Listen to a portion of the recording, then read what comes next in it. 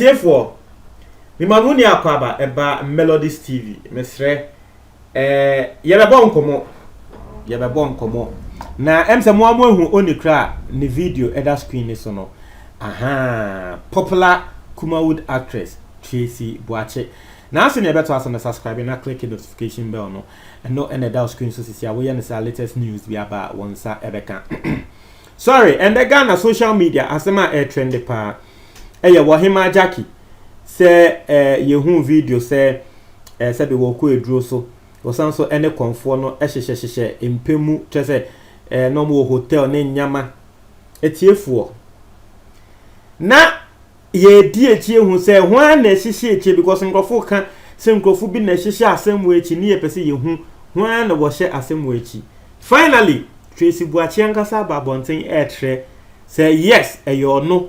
ena wo hye sa asemu enia echi we be say na Tracy Boache sebe Wahima Jackie edien ena waye wa sebe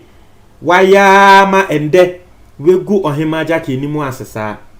na nsema Tracy Boache kan ni se mo ba kaya na nsenya brother Sami na nsenya wo launch ne album eduro bi anka dem album launch no yenia yehu ye Tracy Boache se atare bia na atare no be hu ne se Tracy Boache sebe ni nufuo se eyi egufu mwani na sa atare Tracy Boache se no ya yehu pictures no mo hu pictures no mo ni je hu se Tracy Boache goose fine mo ye we ka se Tracy Boache say ye be ha ne se Wahima Jackie one wo gospel musician 2 wasanso Facebook blogger eso camera scene so ebe cassette ya Tracy Boache na Tracy Boache de wose wono no wonhia Wahima Jackie da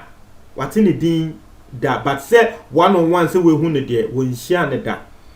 nti wose wono Tracy Boache no sa atare na o share no nkofo bebre cassette ya no but one fan the big but say ne Wahima Jackie cassette ya na Wahima Jackie taking the personal no and na wono Tracy Boache na kasa hu se dabi Wahima Jackie has something against Onu Tracy Boache because this year Tracy Boache a premiere movie bi na movie na I think the title was Baby Mama movie no it did extremely well just say wonya sika film a sebi sika wonya film movie ni mu kra no wono no police sika wonya film kra no wo de atodan e wa Accra na wo Wahima Jackie woni Tracy Boache enya asem say ebia ne dress ne nya o de kasa ne dress ne nya na koe afa de wo bo ne duane a say ende the shops no ne shop a wesimia ebehye ne ndan a watonia na ebehye say ni pakuna ahya atare asebe wo na wo se say ne nufu gu ho a wo beke no ho asem no afa de a metamorphose me pese me de brofo kese ewom afa de nufu ho asem a wo kan afa de baby a betia no say Wahima Jackie wo de afem say Tracy Boache ni new way a wato no ebehye na Tracy Boache wona ma woni ministers na eda na sika wonya ne no sebe dwamansem na nani ni na ejabetum wo boni dia ejabetum nufu ho keke ho asem na sisi akofa se ne bako na ejabeto ne dan mu no na Tracy Boache ka se dabi oba we she has something against me na eno le bi mu atena se hu ne se dabi ebi ade enti a wo ba we wo take ana Wahima Jackie wo take ade ne serious a na wo didi Tracy Boache atem sa ne se Wahima Jackie no emse mabo na bakwasem kakra trem videos a me release se Wahima Jackie no first na wone brother Sami very close ana nkrofo kra eka in fact me nka se nkrofo Wahima Jackie na emu wo babonte be ka se no ne brother Sami sebe wo mo we omo ho meanwhile brother Sami won a yere wo ho but Wahima Jackie babonte be ka se no ne brother Sami we omo ho na wone brother Sami benya ntokwa serious a wo kika nsem bi fa brother Sami ho se brother Sami anyi nsen no ama we koyi nsen ne gudre se nsem a wo ka fa brother Sami ho hunan ama ende brother Sami kan pesa Wahima Jackie ni create but brother Sami na downful pan ni Tracy Boache bibia brother Sami be ye bia Tracy Boache support no bibia Tracy Boache be ye bia brother Sami support ni nti mo hwa most of the movies are Tracy Boachi Nankasa will produce Krano. Ubo say brother Same will movies name because they are very close friends. Inti nkrofo susu say esan say wo hima Jackie ni brother Same e won tokwa no inti na wa hyeda abypass a wo de fa no fuo ho nsem e de be didi Tracy Boachi atem because no fuo na wo si we yie pie dia o kan no fuo ne pe ho nsem ba fe wo ko didi na tem say wo no kra wo ni ministers da e dan na wo nyanya wa be hye eja betom ni nyama ne de na tre say wo bi ehun no say wo hima Jackie no eteki no eye personal when I want to Tracy Boachi ne ka say hey and there wo wewu inti there was an insider na wonim the air cost between Ohima Jackie and Nana Showboy and as an insider yi no the information ni ma Tracy Boachi say videos are wono na impeniphobia frɛ wono Tracy Boachi and na kasa because videos ni sha say eba abonten no na mpenifo bebre ehunu say daabi say na videos yi be dia efi Tracy Boachi ho me mamotia say the very first day me reporting on that particular video me mamotia say nkrofo eka aye hu say eye Tracy Boachi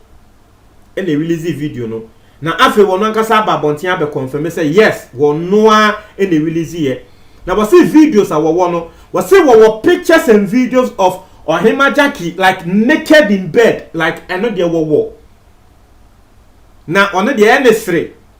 say Ohima Jackie any konfo no and that konfo na sheda babonten e be yese o eye njom and a music video wase mo mo nja san ko asem no mu di wo ho na we be release more videos wase say wonim say music video aden na konfo no wakobodia the question I mean so me bisa no na wase konfo no Tracy Boachi na account say konfo no duabo because video be e ko viral GH page for na say Omokoye konfo no interview. Shout out to you Rashad no na wo ye interview no. Na interview no be hu ne say kosia be ye create mienu na eda eye konfo anana na Showboy ni nanim na wo bodua wo chese na enye easy. Mika mebufu ye ana meka say asemu kosia pa na edi bubo fom say na wo bodua iti wono konfo no na wo bodia se nipa kwa wo share video na asi nipa kwa wo liki video no de abonya no ono ne na ne busuafo tese wo bia na asi ni anhye Tracy Boachi ba bontin ya beka se wo no na wa release video no wo se hwe wo konfo no wo ko bodia masa eye wo se ni misro dua bo masa wo bo media na mi wu a se mi wu a wontu mi nku mi biomo mi wu na mi wu ko na se mi wu na mi wu ko a wo konfo no wo nwu bia na ana wo de obetina wiase mu saa obeche mbo abi so se onu de won suro se wa bo ni dua no onu hwe wonnim twe o se hwe onu Tracy Boachi no jama Ohima Jackie ni nim no ena wakan ye se wonu Tracy Boachi enyumbre ahomache a wo brese be what studio wo dwendwen se mu me pese me twa new movie eno so me ne nkrofo dwendwen mu fa script mbra na ye nyama no na wo Ohima Jackie nkrofo sene sa time ahomache no na nkrofo sene Ohima Jackie sebe ni atupa video ama Tracy Boachi because Ohima Jackie baby a wo ye atupa video no obi the camera see who a wetwa bibia ni yesene ama no na Tracy Boachi sebe Ohima Jackie de wo ye ni yesene o se enye easy o se enye easy na wo wie ye no e na waka se Ohima Jackie sorry a wo se ni ye den wo bia wo se we ni ye den oni obema akọ hotel akọre mo ho ama wo bi atwa ma wenhu e na se no Tracy Boachi na wo pese wo kire Ohima Jackie nyansa se next time oni bema ekọ hotel a ana oni bema ko ufia